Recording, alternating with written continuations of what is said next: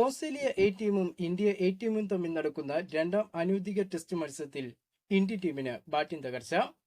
Australia ഉയർത്തിയ ഒന്നാം innings ലീഡായ 420 റൺസിനെ മറികടക്കാൻ ഇറങ്ങിയ India 194 റൺസിൽ all out ആകുകയായിരുന്നു.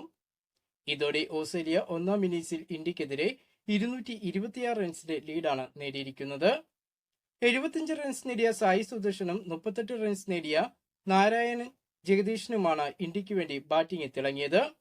K Rahul 13 റൺസും ദേവദത്ത് പടിക്കൽ, ധ്രുവ് ജുറേൽ, നിതീഷ് കുമാർ റെഡ്ഡി എന്നിവർ ഓരോ റൺസ് വീതമാണ് നേടിയത്. രണ്ടാം ഇന്നിംഗ്സ് ബാറ്റിംഗ് ആരംഭിച്ച ഓസ്ട്രേലിയയും ബാറ്റിംഗ് തകർച്ച നേടുകയാണ്. അണ്ടർ-19 ഓസ്ട്രേലിയ ടീമും അണ്ടർ-19 ഇന്ത്യ ടീമും തമ്മിൽ നടക്കുന്ന രണ്ടാം ഏകദിന മത്സരത്തിൽ ഇന്ത്യക്ക് വിജയം.